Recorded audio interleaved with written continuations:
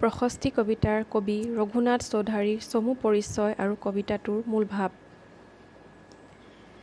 বৰ্তমান নলবাৰী জিলাৰ মোকালমোৱাৰ ওচৰৰ লাওপাৰাত ৰঘুনাথ চৌধাৰীৰ ১৮৮৯ চনত জন্ম হয়। সৰুতেই ভৰিত দুখ পাই চিৰদিনৰ বাবে এখন ভৰি ঘূণীয়া হোৱা চৌধাৰীৰ ব্যক্তিগত জীৱন অতি দুখজনক আছিল। তেওঁৰ আনুষ্ঠানিক শিক্ষা বৰ বেছি নাছিল যদিও তেওঁৰ সাহিত্য চৰ্চা কেতিয়াও থমকি ৰোৱা নাছিল।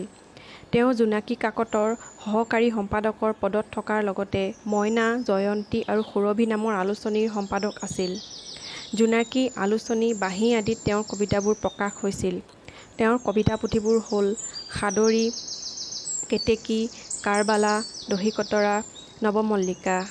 তেওঁৰ মৃত্যুৰ পাছত মনাই বৰাগী কবিতা আৰু পচতীয়া নামে গল্পৰ পুথি প্ৰকাশ পায়। চৰাইক লৈ বহুতো কবিতা লিখা বাবে তেওঁক বিহগী কবি বুলি জনা যায়। বিহগ মানে চৰাই। তেওঁ ১৯৩৫ চনত তেজপুৰত অনুষ্ঠিত হোৱা অসম সাহিত্য সভাৰ সভাপতি আছিল। ১৯৬৮ চনত তেওঁৰ মৃত্যু হয়। প্ৰশস্তি শব্দৰ অৰ্থ হ'ল প্ৰশংসা, আৰাধনা বা গুণানুকীৰ্তন। প্ৰকৃতিৰ সুন্দৰতাৰ মাজত চিৰসুন্দৰ বা ভগৱানৰ আৰাধনা হ'ল কবিতাটোৰ মূল ভাৱ।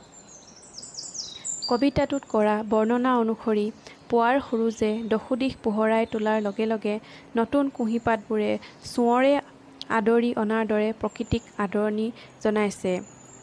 সোঁৱৰ হ'ল সুঁৱৰী পহুৰ নেজ বিশেষ, যাৰ জৰিয়তে আদৰণি জনোৱা হয়। নানা ধৰণৰ ফুলৰ লগতে পূজাত নলগা ৰবাব ফুলেও জাতিষ্কাৰ হৈ চৌদিশে আনন্দৰ গান বিয়পাইছে, যিয়ে কবিৰ মন প্ৰাণ হৰণ কৰি নিছে। গছৰ ডালে ডালে গীত গোৱা বনৰীয়া পক্ষীৰ সমধুৰ মাতৰ মাজত কবিয়ে চিৰসুন্দৰ বা ভগৱানৰ অস্তিত্ব বিচাৰি পাইছে। মাটি, পানী, বায়ু সকলোৰে যেন চিৰসুন্দৰ অস্তিত্ব বিয়পি আছে। এই সুন্দৰতাৰ মাজত কবিয়ে সকলো মলিনতা আৰু কালৰাত্ৰি শেষ হোৱা যেন অনুভৱ কৰি প্ৰকৃতিৰ পূজাৰী তথা মুক্তিৰ বাবে ৰৈ থকা সকলো যাত্ৰীক ইয়াৰ বাট বিচাৰিবলৈ কৈছে।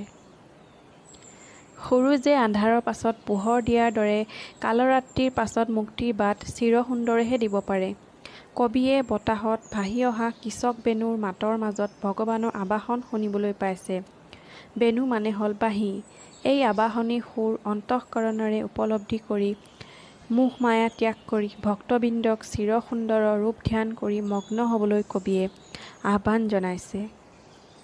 প্ৰশস্তি এটা ৰোমান্টিক ধাৰাৰ কবিতা, য'ত প্ৰকৃতিৰ গুণগান গোৱাৰ লগতে প্ৰকৃতিৰ স্বাভাৱিক সুন্দৰতাই কন্য ৰূপত ধৰা দিছে।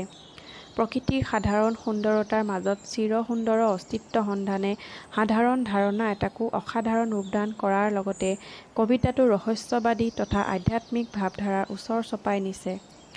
প্ৰকৃতি আৰু ভগৱান কবিৰ বাবে এক প্ৰাকৃতিক মনোমোহা সুন্দৰতাৰ মাজতে চিৰসুন্দৰৰ অস্তিত্ব অনুভৱ কৰি সকলোকে তেওঁৰ ৰূপ ধ্যান কৰি আৰাধনা কৰিবলৈ তেওঁ আহ্বান জনাইছে।